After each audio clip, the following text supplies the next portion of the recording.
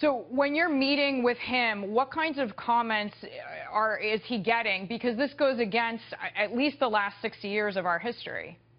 It does in a sense, but remember, I cannot disclose a lot of details of what is spoken, but the general idea is very simple. The wars have changed. The Cold War is no more.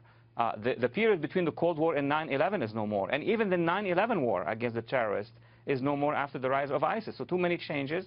There need to be adaptations. There need to be reviews. But from that point, to go and say that the entire posture of the United States deployment is going to change, no. What he's going to do, what he has began to do in that meeting is to ask the experts, and he'll ask more experts in the future. And if he makes it to the White House, he'll then ask the experts of the government and the agencies, what are the other alternatives in containing North Korea? Maybe he made a statement about one of the scenarios, the scenario you just mentioned, that he would allow Japan and Korea. But that needs to have a lot of discussions with these two countries, with Congress, with the other allies in the region. So this was a piece of a much wider discussion. Walid, for those who know you well, as we do here at Fox and Fox Business, we are reassured that he has called in people such as yourself, and I guess it's learning what to discuss with the public and when. That, at the very least, he seems to have a learning curve on.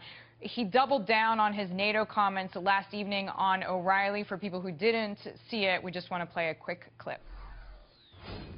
I was right as to NATO, because we're paying a disproportionate share of NATO, and NATO is largely obsolete, and it's got to be restructured, and it's got to be changed, and other countries have to pay some of the bill. I don't want to disband NATO, but I don't want to pay for a vast majority of the cost of NATO either.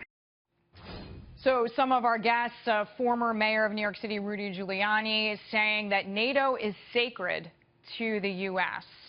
Do you see it that way? It is sacred to the U.S. It has been sacred to the West in general. It is feared by the enemies. All of that is correct. But NATO has to be restructured. NATO itself, when I speak with officials in Europe, with experts at NATO in Brussels per se, they tell us, well, we have been structured to face off with an enemy coming from the Soviet Union.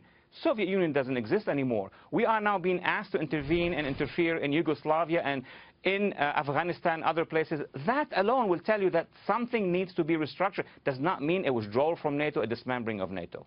All right, Walid Phares, we thank you very much for the time. Foreign policy advisor to Donald Trump.